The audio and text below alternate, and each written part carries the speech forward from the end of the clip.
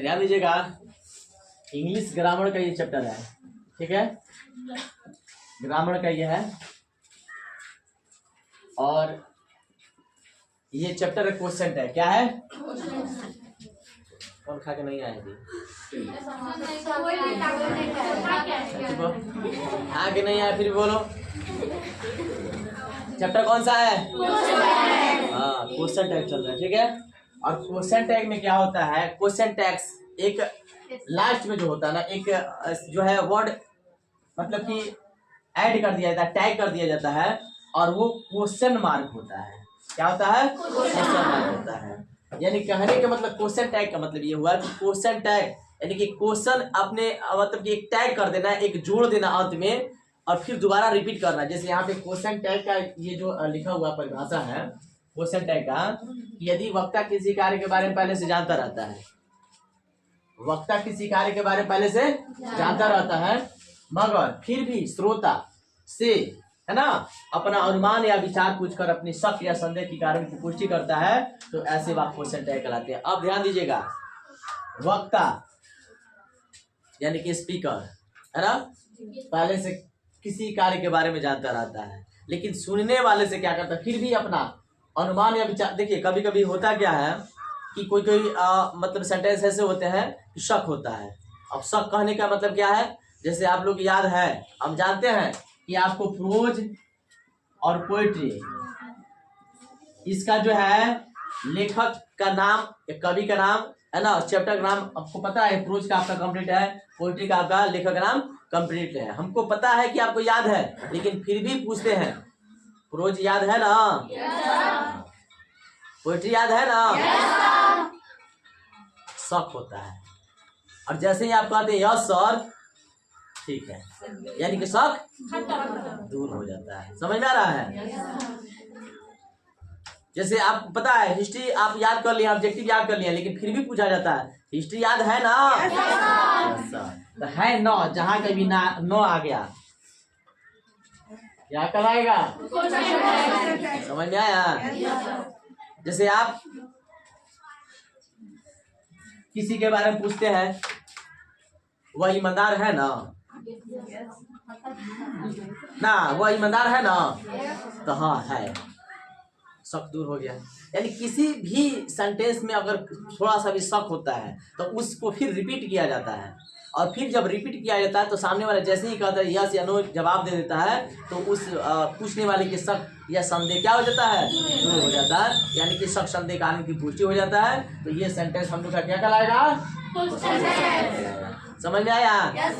यानी कि जिसके अंत में कहीं भी न लग गया, आप बार बार यूज करते हैं, बहुत बार आप यूज करते हैं ना, पढ़ लिया है ना, याद कर लिए ना, खा लिया ना, जा रहे हैं ना, आ रहे हैं ना, बहुत सारा चीज यूज करते हैं, लेकिन यूज करते समय आपको नहीं पता होता कि हम लोग क्या चीज से बोल रहे हैं। पता था क्या? नहीं, बहुत स्टूडेंट को पता भी होता है, पहले से अगर पढ़े रहते हैं तब, ठीक है, लेकिन जो नहीं पढ़े रहते हैं उसको पता नहीं रहता है। लेकिन अब समझ में आया ना, जब भी आप इस प्रकार का सेंटेंस किसी से पूछेगा तो वो सेंटेंस क्या कहलाएगा? कहलाएगा। समझ में आ गया? अच्छा, तो अब इस क्वेश्चन टैग को बनाने के लिए क्या करेंगे, इंग्लिश में इसको कैसे ट्रांसलेट करेंगे? तो सबसे पहले हम लोग क्या लिखेंगे? आप लोग तेज हैं तो है कौन टेंस में जी? हाँ, प्रेजेंट टेंस में। तो प्रेजेंट टेंस में कौन सा हेल्पिंग वर्ब का यूज किया था? तब ठीक है, पढ़ रहा है, ऐसा ही तुम लोग पढ़ा करो, ठीक है? कहीं वाला लापरवाही हुआ इतना मार मारेंगे वो दिया जाएगा सब। लापरवाही नहीं, ऐसे ऐसे ही पढ़ाई होना चाहिए, ठीक है? तो अब इसमें हम लोग ये जवाब की सहायता से बनाएंगे ना। तो सबसे पहले बनाएंगे आप लोग तेज हैं, तो क्या बनाएंगे? You are intelligent. वाह, तुम लोग सचमुच में इंटेलिजेंट है। You are intelligent. और इस नॉट के लिए क्या करेंगे? कोमा का यूज करेंगे। क्या करेंगे? कोमा का यूज करेंगे। और इसमें क्या होता है ना, इसका जो भी लास्ट में जो टैग किया जाता है तो हेल्पिंग वर्ब प्लस नॉट को यहाँ पे लिखा गया है, इज प्लस नॉट जोड़िएगा तो इजेंट हो जाएगा। यानी कि शॉर्टकट इसका लिखा जाता है, जैसे यहाँ पे लिखा गया ना is plus not, is plus not, तो इसका शॉर्टकट इजेंट जो कि यहाँ पे लिख करके बताया गया पूरा, यानी कि NOT नहीं लिख करके NT लिखा जाता है और ऊपर कोमा देना होता है, ठीक है। यानी कि इस प्लस नॉट क्या हो जाएगा, isn't, R plus not aren't, M plus not aren't, was plus not wasn't, were plus not weren't, यानी सब एंटी जोड़ देना। कुछ ऐसे वर्ड है जिसको याद करना पड़ेगा, जैसे विल प्लस नॉट वोंट हो जाएगा, शैल प्लस नॉट शांत हो जाएगा, हैव प्लस नॉट हैवेंट हो जाएगा, has plus not had plus not बोलो बोलो, do plus not does plus not did plus not. समझ में आ गया? आपको ऐसा ही करना है। तो यहाँ पे आप क्या कीजिएगा, कॉमा का यूज कीजिएगा और R प्लस नॉट इधर मिटाएगा थोड़ा सा, क्योंकि एक लाइन में रहेगा तो अच्छा लगेगा, ठीक है। R, तो R प्लस नॉट क्या हो जाएगा, अरेंट। और ये आपका सब्जेक्ट जो है ना, ये सब्जेक्ट यहाँ पे आ जाएगा, यानी कि कहने के बाद जो सब्जेक्ट प्रोनाउन लिखाता है, जैसे यू आई वी दे रहेगा तो वही चीज लिखेंगे, लेकिन नाम रहेगा तो चेंज हो जाएगा। जैसे यहाँ पे प्रोनाउन है ना, यू है तो यू लिख देंगे, आई रहेगा तो आई लिखेंगे, वी रहेगा तो वी लिखेंगे। लेकिन अगर नाम कोई रहे, जैसे राधा एक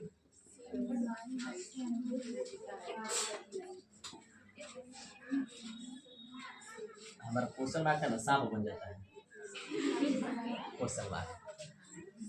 राधा एक सेविका है ना, ठीक है,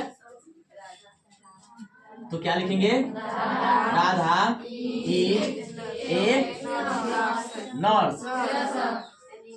हाँ ना, अच्छा ठीक है, क्या होता है, हाँ NUR।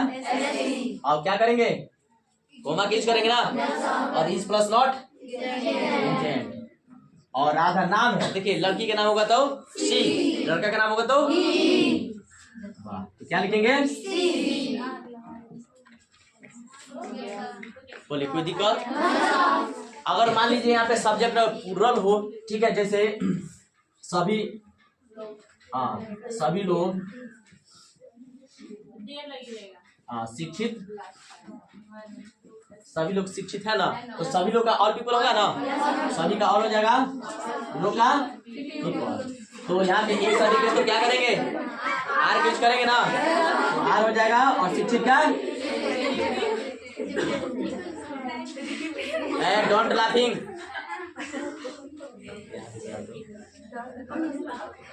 और पीपुल आर एजुकेटेड, और कोमा की यूज करेंगे, और कोमा के बाद आर प्लस नॉट अरेंट हो जाएगा। और यहाँ पे जैसे ही सब्जेक्ट प्लूरल होता है, तो प्लूरल सब्जेक्ट के लिए आपका दे बना हुआ है, क्या है, सिंगुलर के लिए ही सी और प्लूरल के लिए दे। जैसे ही आपका सब्जेक्ट प्लूरल होता है तो आप क्या कीजिएगा, दे लगा करके क्वेश्चन मार्क। बोलिए किसको दिक्कत है अभी, 1% सबको समझ में आया?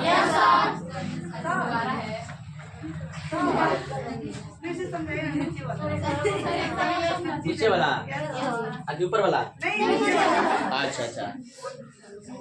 यहाँ पे तो आप ये समझ गए सभी लोग शिक्षित है, पहले ये बनाएंगे सभी लोग शिक्षित है, तो सभी लोग शिक्षित है, सभी का और होता है ना, सभी लोग, तो लोग का पीपल हो जाएगा, सभी का और हो जाएगा, यानी कि सभी लोग, सभी छात्र, सभी बच्चे, सभी है ना, लड़कियां, सभी लड़के।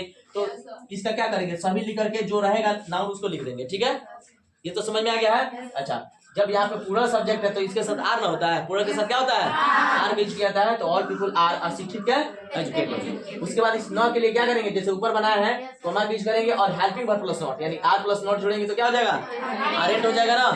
और ये एक से अधिक जब रहेगा यहाँ पे, यानी कि प्लूरल सब्जेक्ट रहेगा, तो प्लूरल सब्जेक्ट के लिए क्या करेंगे, सिंगुलर के लिए देखिए यहाँ पे राधा नाम है, सिंगुलर के लिए सी का यूज किया है, हाँ, लेकिन जब प्लूरल सब्जेक्ट होगा तो यहाँ ई नहीं कि और पीपल यहाँ पे लिख देंगे, नहीं, गलत हो जाएगा। आज समझ में, सिर्फ प्रोनाउन अगर शुरू में रहेगा तो प्रोनाउन लास्ट में चला जाता है, लेकिन कोई नाम रहे या प्लूरल सब्जेक्ट रहे तो ही सी या दे। और बोलो, समझ में आया? फिर समझाएगा?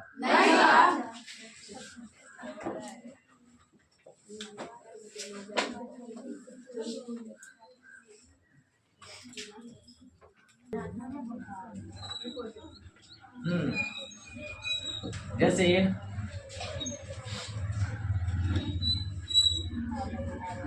आप आ रहे हैं, आप धनी है ना, आप धनी है ना, तो इसको क्वेश्चन टैग में चेंज करना, ठीक है, ट्रांसलेट करना। बाकी लोग नहीं बोलेंगे, जिससे पूछा जाएगा और कोई नहीं करना है, जिससे पूछा जाएगा उसी को सिर्फ बोलना है, ठीक है। नामो अभी हम सबका नहीं ना पता है।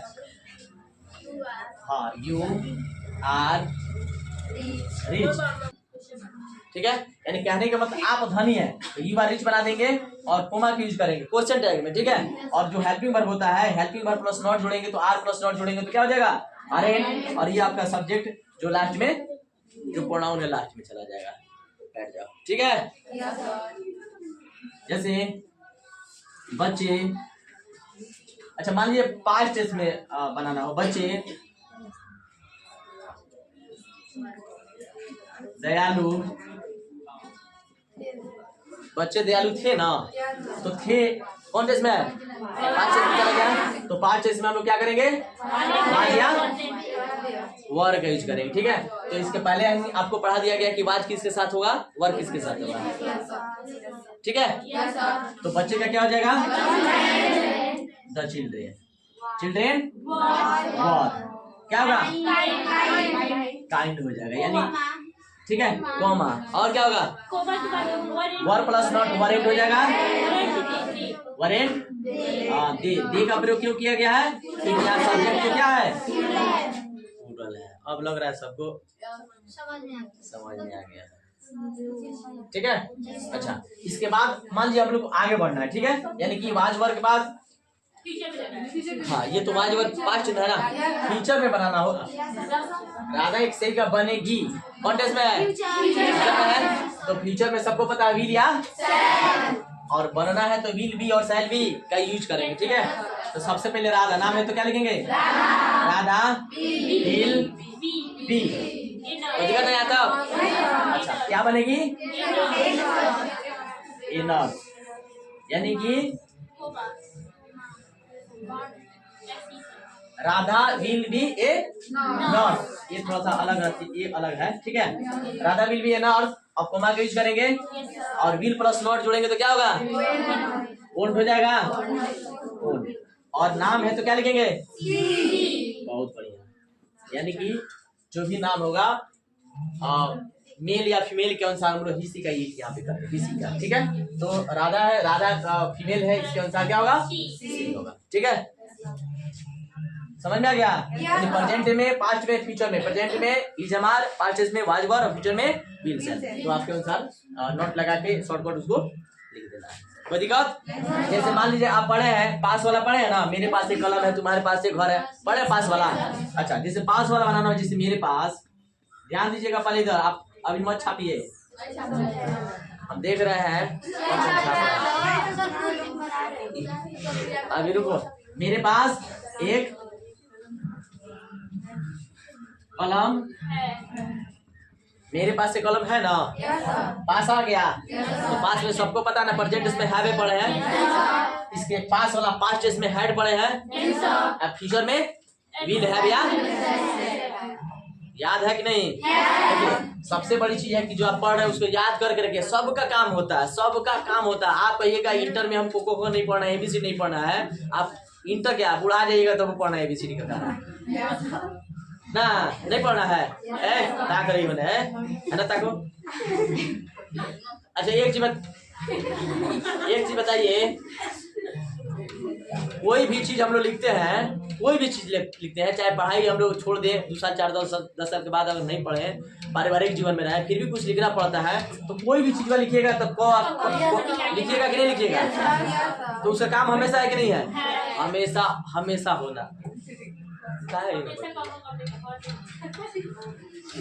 ठीक है, हमेशा काम है, इसलिए हमेशा हर चीज पे ध्यान रखना जरूरी होता है। तो अब आप पास वाला देखिए आगे बढ़ रहा है, लेकिन पीछे वाला सारा चीज आपको याद रहना जरूरी होता है।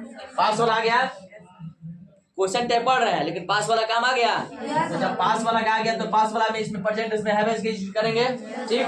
तो मेरे पास से कलम में कौन बना सकता है, सबको बना सकता है, बहुत बढ़िया। मेरे क्या हो जाएगा, आई हैव ए मेरे पास एक कलम है, इतना बन गया। उसके बाद 9, यानी क्वेश्चन टैग जब बनाना होगा तो क्या करेंगे, कोमा का पहले यूज करेंगे। और है प्लस नॉट, यहाँ पे लिखा ना हैवेंट, है प्लस नॉट हैवेंट कर देंगे।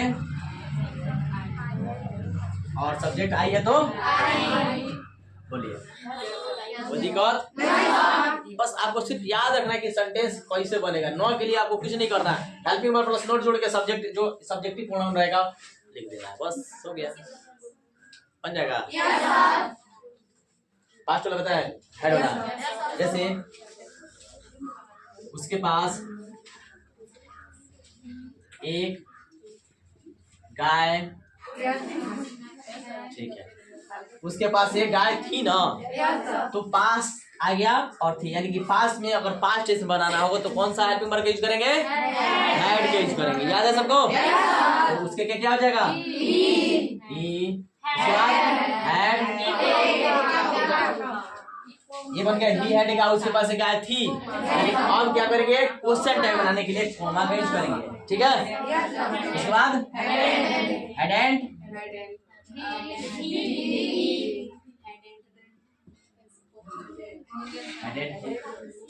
बोलिए, किसको नहीं समझ में आया फिर?